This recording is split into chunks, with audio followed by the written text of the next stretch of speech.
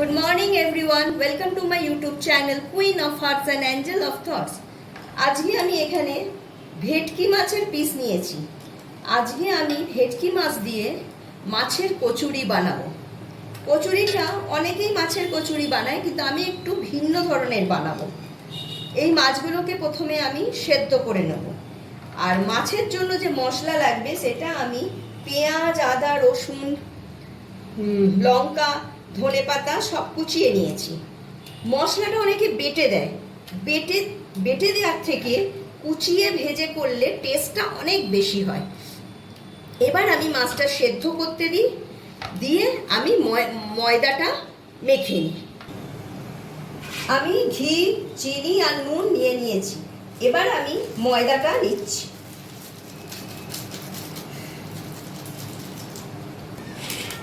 এবার আমি ঘি, চিনি আর নুন দিয়ে ভালো করে ময়দাটাকে ময়ম করে নেব।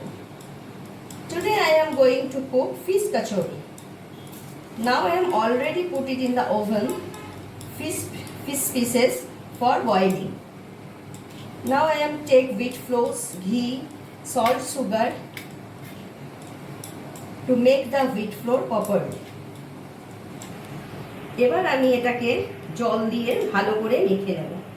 Now I am mixed it properly with water for dough and leave for 15 minutes to settle it. আমার ময়দাটা মোটামুটি মাখা হয়ে গেছে।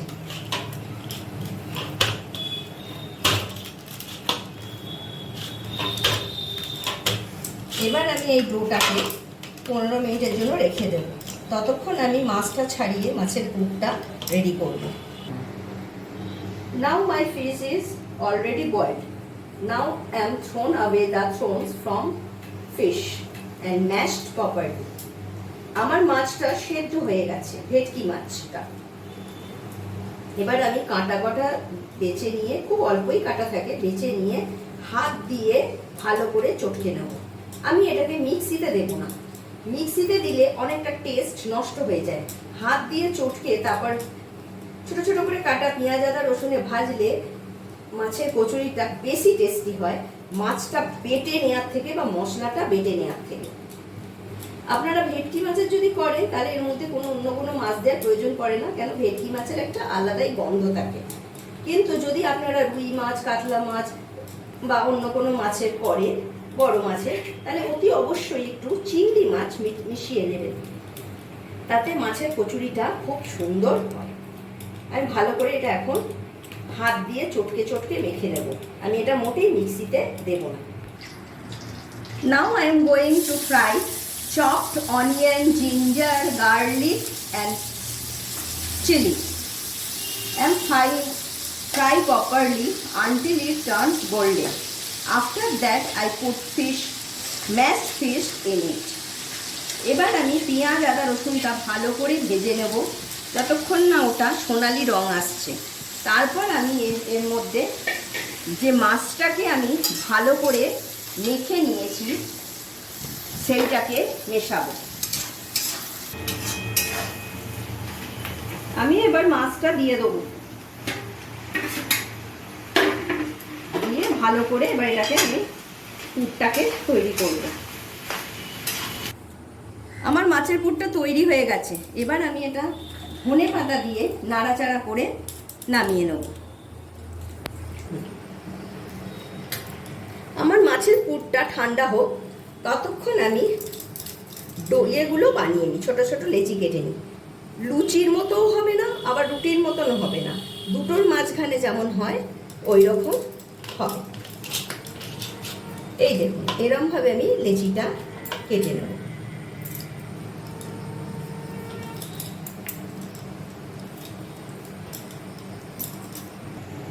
Now I am going to put fish stuff in wheat flour balls and closed properly. এবার আমি একে একে ময়দার যে গুলিগুলো করেছি ওগুলোতে মাছটাকে পুরে দেব।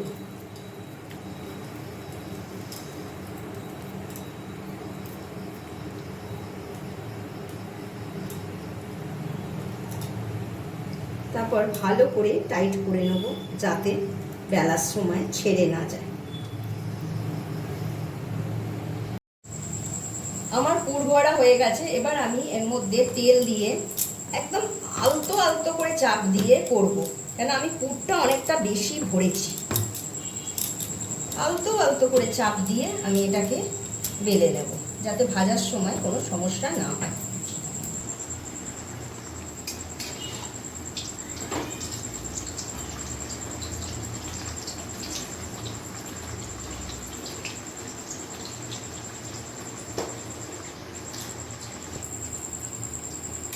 আমার এটা হয়ে গেছে। এটা এবার আমি তেল ঝরিয়ে তুলে নেব।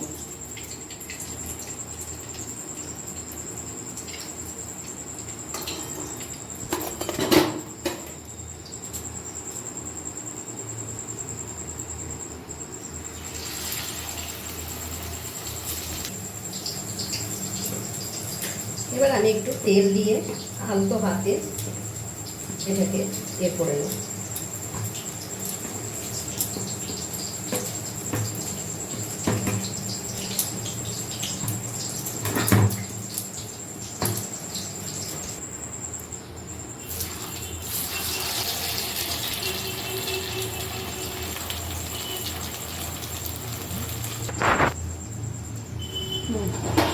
আমার হয়ে গেছে।